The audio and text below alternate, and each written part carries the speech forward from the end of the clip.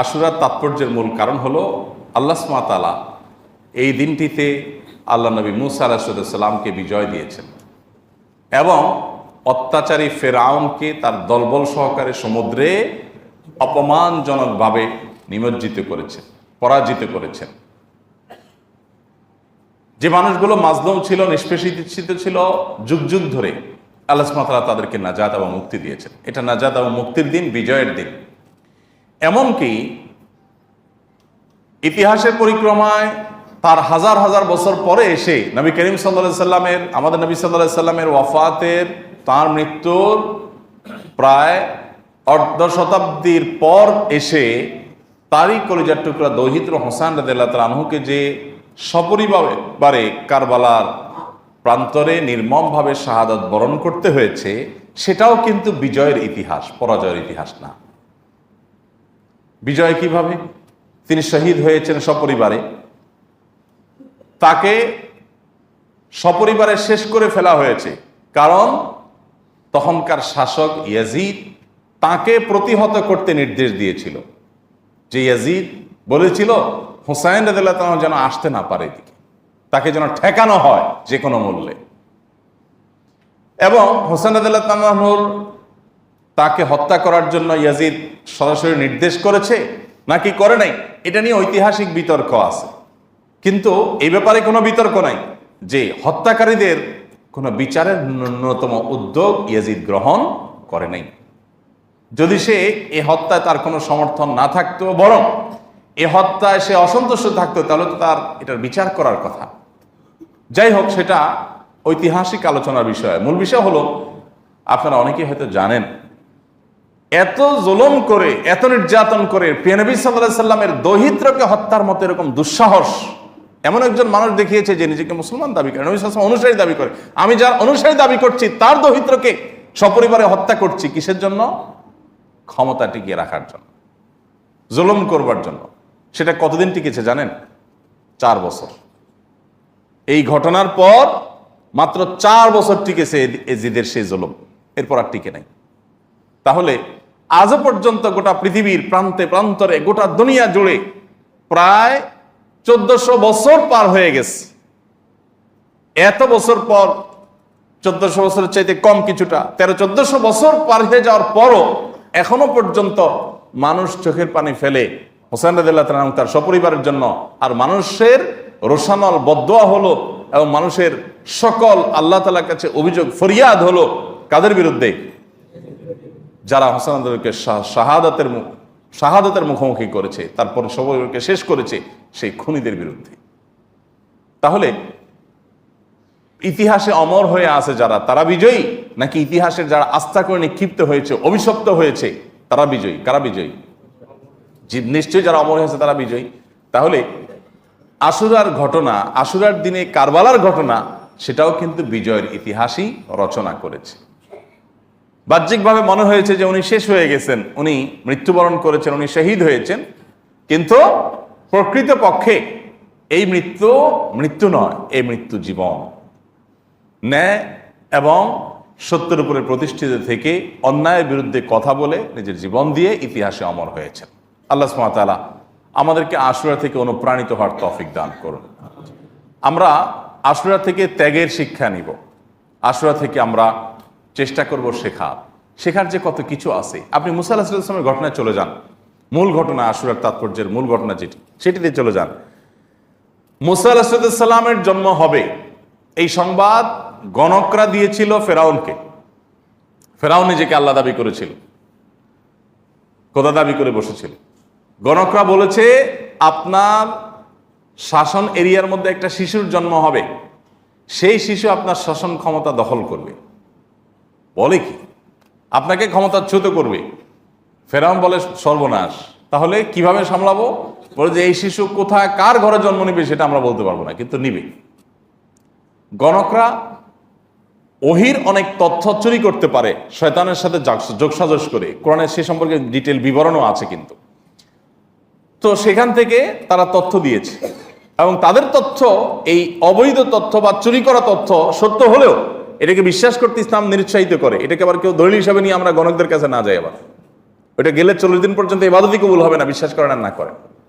যাই হোক, তো ফেরাউন যেহেতু অমুসলিম, নিজেই নিজেকে আল্লাহ দাবি করেছে, আল্লাহ বিদ্রোহী, তাহলে তার তো আর হালাল হারাম নাই, সে গণের কথা বিশ্বাস করেছে। যাই হোক, এবং এই কথা বিশ্বাস করে সে নির্দেশ জারি করলো যে আমার ক্ষমতার এরিয়াতে, আমার রাজ্যে যত শিশু আজ থেকে জন্মগ্রহণ করবে তাদের সবাইকে হত্যা করে ফেলা হোক। ছেলেগুলোকে সব, কারণ মেয়েরা তো ঝামেলা করবে না, ছেলেগুলো ঝামেলা করবে, এগুলো সবগুলো হত্যা করে ফেলা।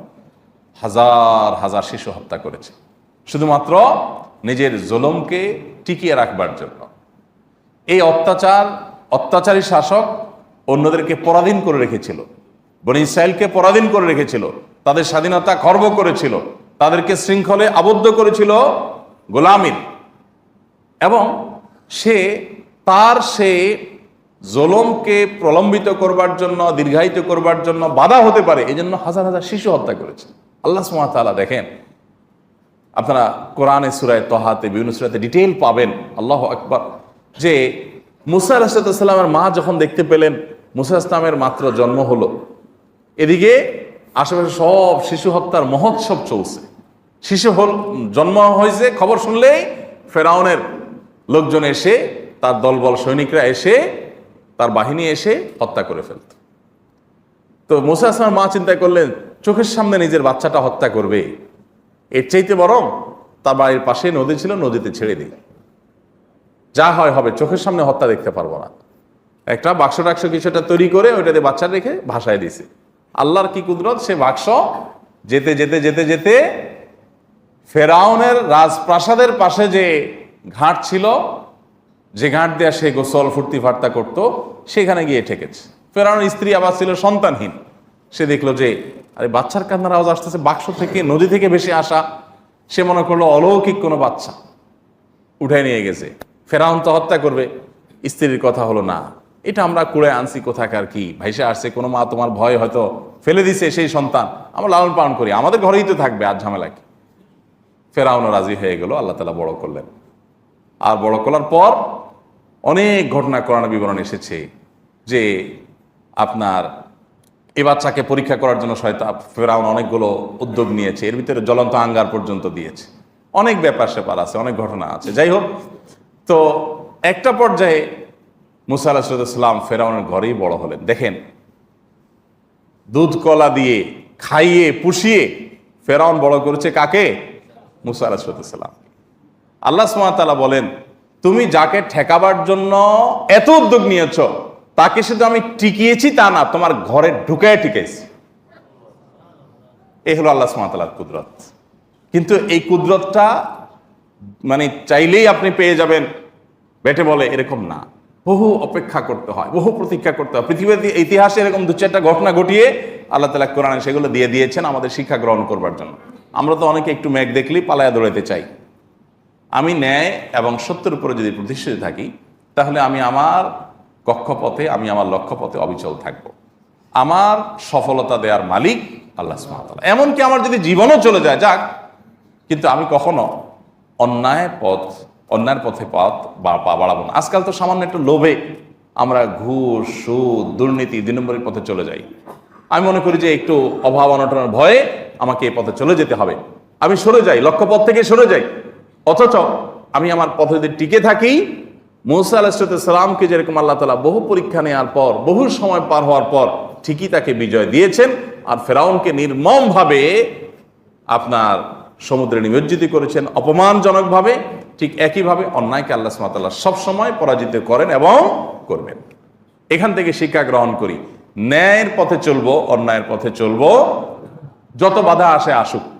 ওই যে বললাম, সমাজে ভাবসাব থাকবে না, কেউ জিজ্ঞাসা করবে না, দাম দিবে না, পুষবে না, তারপর আমি সততার উপর টিকে থাকবো। আল্লাহ তাআলা আমাদেরকে সেই তৌফিক দান করুন, আশুরার শিক্ষা গ্রহণ করার তৌফিক দান করুন। আশুরা উপলক্ষে সর্বপ্রথম এবং প্রধান আমল হলো রোজা রাখা।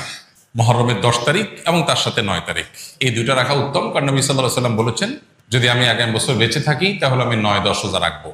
এই জন্য 9-10 রাখাটা উত্তম, এটা নবীজির স্বপ্ন ছিল, আকাঙ্ক্ষা ছিল। আর না হলো 10-11 রোজা রাখা, এটা হলো আশুরার প্রধান আমল। দ্বিতীয়ত, আশুরার এই দিবসের শিক্ষাটা গ্রহণ করা, এটা নিয়ে খুব বেশি আলোচনা হয় না। আলোচনা হয় শুধু আশুরার রোজা নিয়ে, ইতিহাসও আলোচনা হয়, কিন্তু আশুরার চেতনা কি, আশুরার শিক্ষা কি, আশুরা আমাদেরকে কি বার্তা দেয়, সেটা নিয়ে আলোচনা হয় না।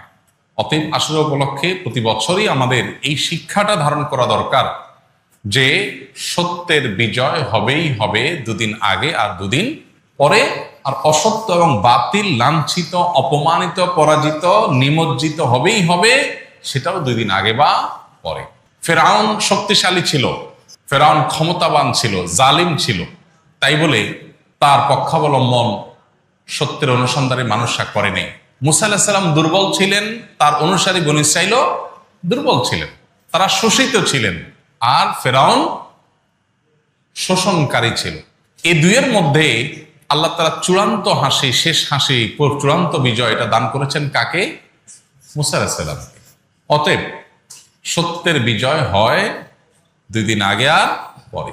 এই চেতনা, এই শিক্ষা মাথায় রেখে যদি আমরা চলি, আমরা সত্যের সাথে থাকবো, সেটা দুর্বল হলেও সত্যের সাথে থাকবো, সংখ্যায় কম হলেও।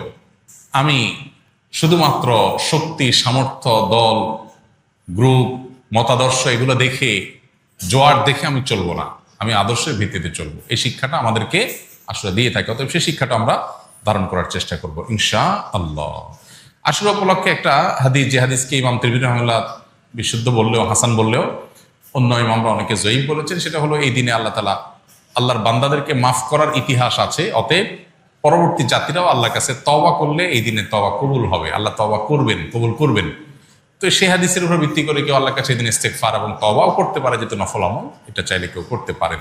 মুহররম আসলেই মুআবিয়া রাদিয়াল্লাহু তাআলা আনহুকে নিয়ে বিভিন্ন আলোচনার জন্ম নেওয়া হয়। হযরত মুআবিয়া রাদিয়াল্লাহু তাআলা কি সাহাবী ছিলেন? মুআবিয়া রাদিয়াল্লাহু তাআলা সাহাবী ছিলেন, এটা নিয়ে তো কোনো প্রশ্ন থাকার সুযোগই নেই। আমরা সবাই জানি তিনি সাহাবী ছিলেন, এবং মুআবিয়া রাদিয়াল্লাহু তাআলা আনহু আমাদের সমস্ত মুসলমানদের কাছে শ্রদ্ধার পাত্র। সাহাবীদের সমালোচনা করতে নবী সাল্লাল্লাহু আলাইহি ওয়াসাল্লাম পরিষ্কারভাবে নিষেধ করেছেন। সাহাবীদের সমালোচনা করা, তাদেরকে গালমন্দ করা, এই গালমন্দ করতে নবী সাল্লাল্লাহু আলাইহি ওয়াসাল্লাম নিষেধ করেছেন। মুআবিয়া রাদিয়াল্লাহু তাআলা আনহু সহ সাহাবা ইকরাম সম্পর্কে আমাদের ধারণা হলো, মানুষ হিসেবে তারা কেউ ভুলের ঊর্ধ্বে নন, তাদের কোনো ব্যক্তিগত ভুল থাকতে পারে। কিন্তু প্রথম কথা হলো, সাহাবীদের ব্যাপারে কোরআন সুন্নাহ যে সমস্ত মর্যাদার কথা বলেছে, সেই সমস্ত মর্যাদাগুলোর কারণে তাদেরকে আল্লাহ যদি মাফ করে দেন, আপনি আমি সমালোচনা করার কে? বদর যুদ্ধে অংশগ্রহণকারী সাহাবীদের সম্পর্কে নবী সাল্লাল্লাহু আলাইহি ওয়াসাল্লাম বলেছেন, সহিহ বুখারীতে আসছে, আমালু মা শি'তুম ক্বাদ গাফারাল্লাহু লাকুম, তোমরা যা খুশি করতে পারো, আল্লাহ তোমাদের মাফ করে দিয়েছেন। কত বড় কথা! অতএব সাহাবীদের গালমন্দ করা, নিন্দামন্দ করা জায়েজ নাই। হোসেন রাদিয়াল্লাহু তাআলা আনহুর যে কারবালা ঘটনায় নির্মমভাবে সপরিবারে শাহাদাত বরণ করেছেন, সেটার সাথে মুআবিয়া রাদিয়াল্লাহু তাআলা আনহুর কোনো দায় নেই। অহেতুক অনেকে সেটাকে জড়াবার চেষ্টা করেন। হোসেন রাদিয়াল্লাহু তাআলা আনহুর শাহাদাতের সাথে ইয়াজিদের যে সম্পর্ক, বা ইয়াজিদের বাহিনীর যে সম্পর্ক, সেটাকে মুআবিয়া রাদিয়াল্লাহু তাআলার উপরে দায় চাপানোটা একেবারেই অহেতুক।